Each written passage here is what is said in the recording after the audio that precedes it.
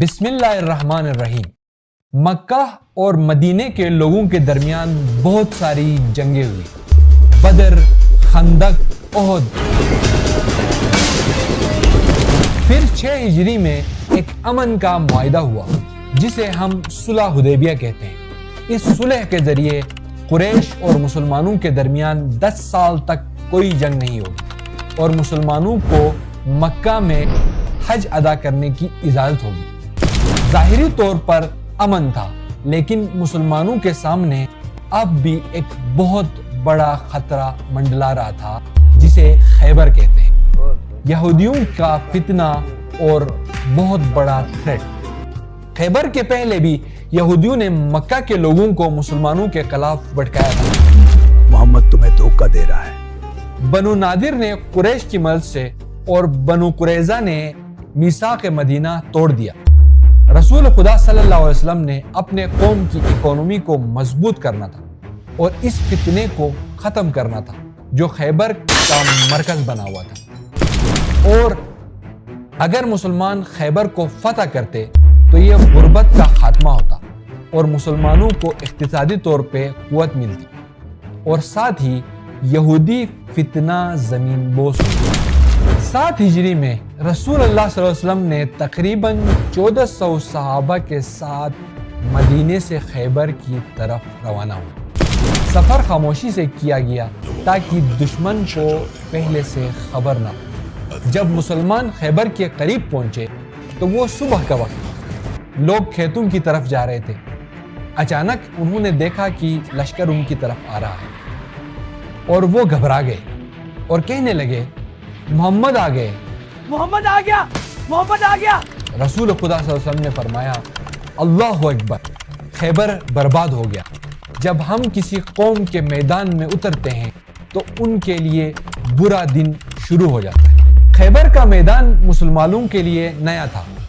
پہلے کی جنگوں میں وہ ہمیشہ ڈیفنس پوزیشن میں تھا، لیکن یہاں شہر کے چاروں طرف مضبوط اور بلند قلعے تھے، تقریباً 60 سے 8 قلعے۔ قلعہ نعیم، قلعہ صعب بن معیز، قلعہ عبیر، قلعہ نزار، قلعہ وطح، قلعہ سلالم اور قلعہ قاموس۔ ان میں قلعہ قاموس کے اندر یہودیوں کا سونا، چاندی اور خزانہ تھا، اور یہ سب سے بلند اور مضبوط قلعہ تھا۔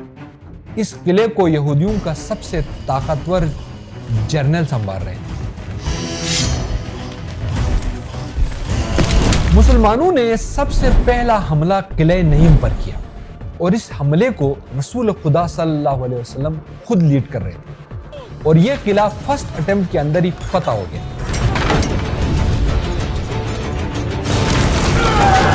پھر یہودیوں نے اس قلعے کو چھوڑ کر قلعہ قاموس کے اندر پناہ لی، لیکن یہ سب سے مضبوط قلعہ تھا۔ یہاں جو آرمی تھی وہ سب سے طاقتور اور پروفیشنل تھی۔ یہ لوگ بلند دیواروں پر مورچے بنا کر وہاں سے تیر برسا رہے تھے۔